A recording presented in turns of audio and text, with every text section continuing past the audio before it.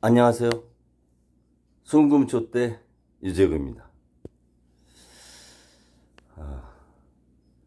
지난 시간에 비트코인과 트럼프에 대해서 상관관계를 한번 비교를 해봤습니다.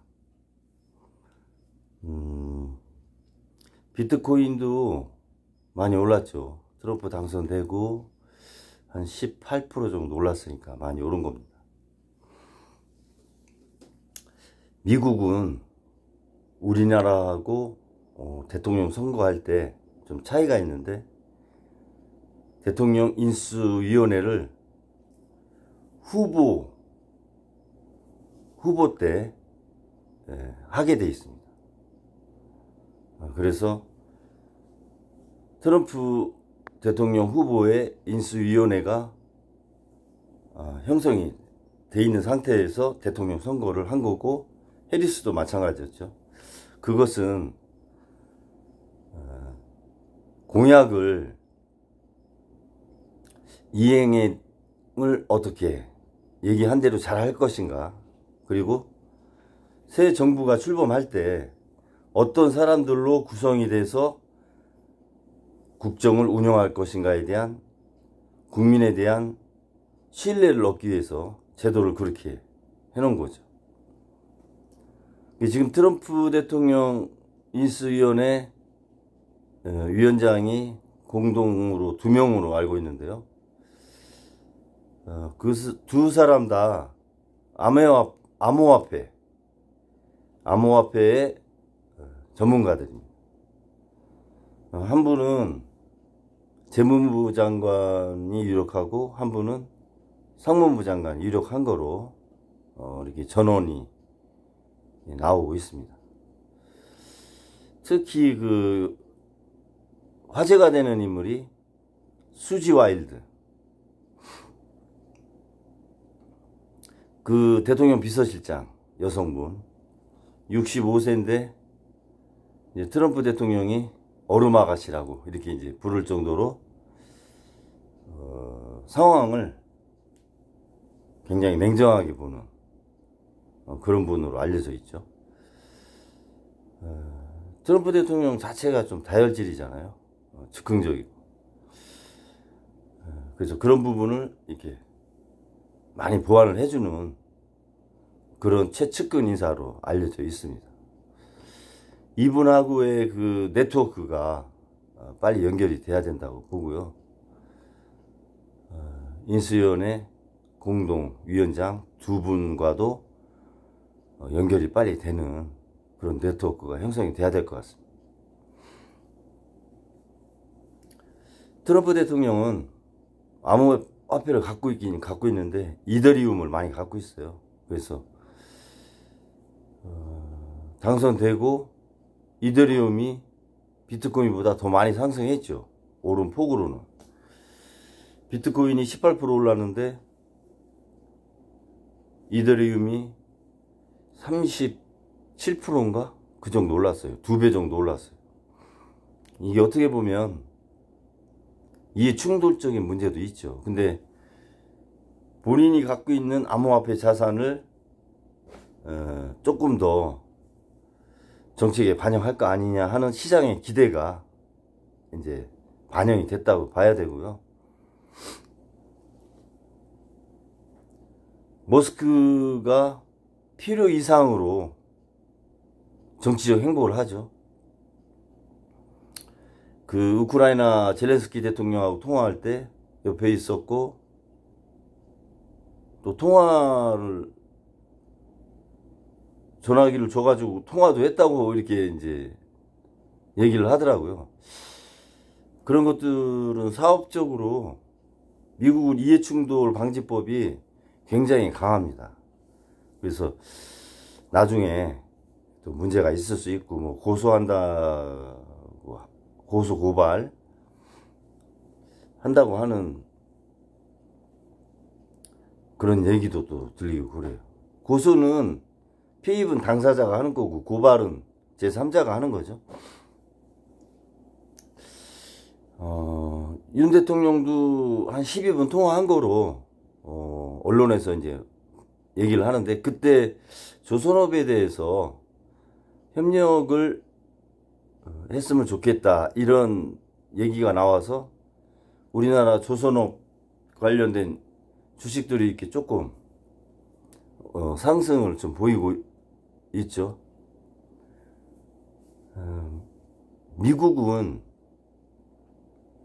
2차 세계대전이 끝나고 1970, 80년도부터 조선업을 육성하진 않았어요. 이제 군사적인 것만 이렇게 남겨놓고 민간 관련된 선박은 대부분 정책적으로 이렇게 키워나가진 않았습니다. 그래서 한 50개 됐던 선박 회사들이 한 10곳으로 줄었죠. 합병되거나 이렇게 돼가지고 이제 군함, 잠수함, 항공모함 이런 군사 관련된 선박 회사들, 조선업 하는 회사들이 이제 남아 있는 거죠. 그런데 윤 대통령하고 통화된 게 제가 알고 있기로는 해군이 갖고 있는 선박들 좀 오래돼서 보수하거나 정비하거나 뭐 그런 쪽이 협력을 하는 거로 이렇게 한번 얘기가 된 것 같아요. 그게 한 20조 정도 규모라고 이제 얘기를 하더라고요. 원래 제조는 이 컨테이너 이 큰 컨트롤에서 이렇게 맞춰 나가면 되는데 정비하고 보수하고 이런 것들은 사람이 이 안에 들어가서 다 일일이 이게 해야 되기 때문에 인건비도 많이 발생하고 비용도 많이 발생한다고 하더라고요. 그런데 미국은 그 선박 관련해서 존스법이라고 있어요. 있어서 미국 내에서 이동하는 선박은 미국 회사만 만들 수 있고 예외로 미국 내 70%를 갖고 있는 회사만 선박을 할 수 있어요. 제조를. 그래서 제조해서 납품하는 거, 수출하는 거는 시간이 좀 필요하거나 아니면 미국이 존스법을 조금 수정하거나 그런 형태로 가지 않으면 수출은 단기적으로는 좀 어렵고 중장기적으로 봐야 되죠. 하나가 그 대우조선 인수하면서 미국에 조선업에 좀 투자를 했는데 뭐 경미한 수준이고 70% 지분을 확보하고 있는 건 없습니다. 없어서 자체적으로 미국에서 하나오션이 선박을 제조할 수 있는 지분 확보는 안 돼 있는 거고요. 우리나라 지금 조선업의 현황은 코로나 때 물류가 굉장히 이렇게 공급망이 흔들려서 차단이 되는 바람에 수주가 없었죠. 그래서 현대중공업이나 삼성중공업, 하나오션도 그렇고 저가로 수주를 많이 했어요. 수익이 거의 나지 않을 만큼 저가로 수주를 다 해놔서 지금 도쿠에 꽉 차서 수주를 받을 수 없을 정도로 저가 수주를 많이 해놓은 상태입니다. 2020년, 21년도에 세계 선박 수주량의 40%를 우리나라가 했어요. 저가로. 뭐 도쿠를 놓을 수는 없고 하니까 또 근로자들도 해서 저가로 수주를 해놓은 상태라 좀 어려운 상황이죠. 채산성. 내년까지도 아마 그런 것들을 저가 수주한 거를 만들어야 되기 때문에 채산성은 그렇게 재무제표상으로 좋게 나올 수는 없는 상황이죠. 그래서 현대중공업은 이번에 미국의 그 정비 보수 하는 부분에 아마 참여를 안 하는 거로 그렇게 알고 있고요. 삼성중공업하고 하나오션이 아마 이렇게 참여할 수 있는 여지가 있다, 이제 이렇게 보는 거죠. 올해 같은 경우는 세계 그 조선 수주량의 한 17% 정도밖에 수주를 못했어요. 왜냐면 워낙 지금 밀려 있어 가지고 중국이 수주를 많이 했죠. 그래서 그리고 세계에서 제일 큰 조선소를 지금 짓고 있고, 근데 미국이 중국한테 배를 뭐 정비해달라, 수리해달라, 보수해달라 이렇게 얘기할 수 없는 거 아니에요. 기술이나 함정에 대한 이 도면 이런 것들을 다 오픈해야 되기 때문에 이제 저희 나라한테 그런 것들이 우회적으로 온 것 같습니다.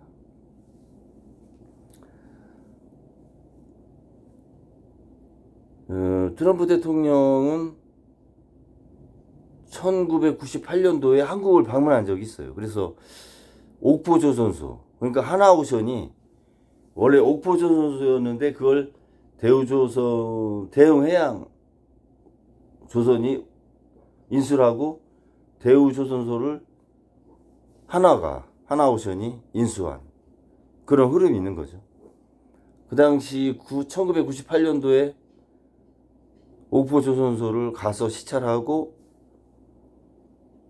요트도 발주할 정도로 그렇게까지 했는데 이제 최종 발주는 안 했죠. 그 이제 이렇게 큰 조선소 처음 봤다, 좋은 인상을 받은 것 같아요. 그리고 크레인 그 꼭대기까지도 올라가 봤다고 하더라고요. 그러니까 한국은 조선업이 강하고 우리 함정을 수리 보수할 수 있을 정도의 기술력도 있고 우방국이니까 특별하게 설계나 기술적인 면에서 안보에 위험이 없다, 이렇게 이제 판단을 하는 것 같습니다. 근데 제가 우려하는 것은 윤석열 대통령을 중심으로 한 이 현 정부가 수출이나 외교 안보 이런 협상하는 과정에서 국익을 위주로 한 협상을 못한다는 거죠. 그렇게 해왔고, 폴란드 그 국방 관련된 수출, 체코 관련된 수출, 원전 이런 사례를 보면 돈을 수출입은행에서 다 저리로 빌려주고 0.5% 막 이렇게 저리로, 그것도 20년 막 그런 조건에 저가,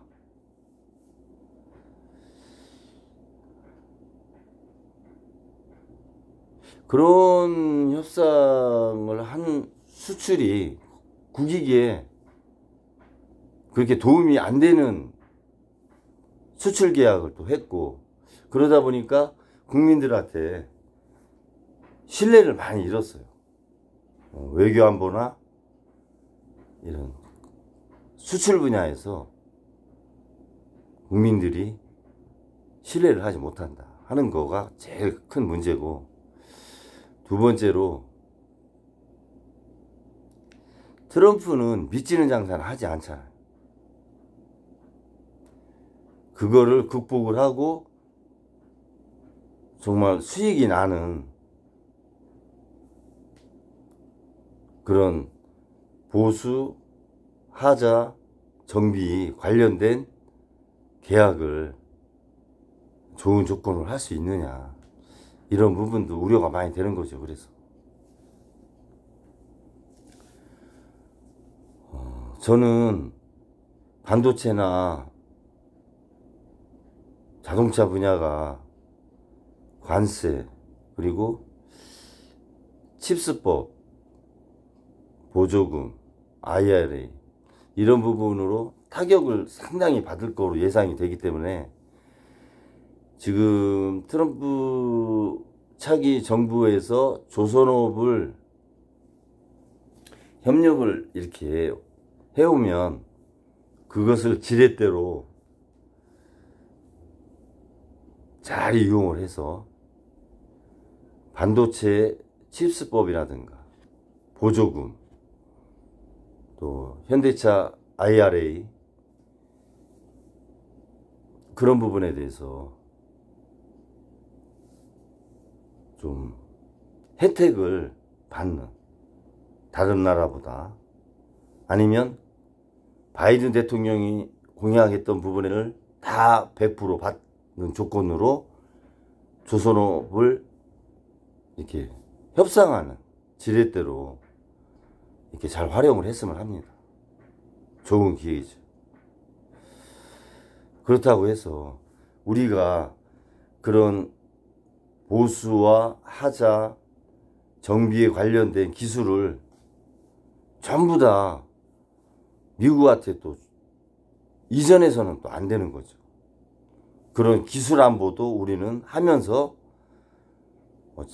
협상을 잘 해야 된다. 반도체와 자동차의 그 기존의 협상을 그대로 유지할 수 있게, 피해를 받지 않게 조선업의 지금 트럼프가 제시하는 부분에 대해서 협상을 잘해서 지렛대로 잘 활용을 하는 기회가 되길 희망합니다. 잘못하면 기회가 아니라 오히려 조선업의 위기가 될 수도 있어요. 트럼프는 사업가다. 대통령이지만 사업가다. 절대 손해보는 장사는 하지 않는다. 그런 것들을 베이스를 정확하게 알고 접근을 해야 돼요. 그래서 준 만큼 그 이상 받아내야죠, 우리나라. 그런 부분을 이번 정부가 잘해서 국민들한테 외교안보, 수출 관련된 협약에 신뢰를 회복을 하셔야 돼요. 그러지 않으면 지속된 국익 손실, 기술 이전, 남는 거 없이 그런 외교안보, 수출 계약 내지는 수리, 하자, 보수 계약이 되는 거다. 단순한 실익이 없는 그런 진행을 하시면 안 된다, 이런 말씀을 드리는 거예요. 우려가 돼서 말씀을 드리는 겁니다. 지금까지 이렇게 해온 행태가 또 그렇게 할 것 같아.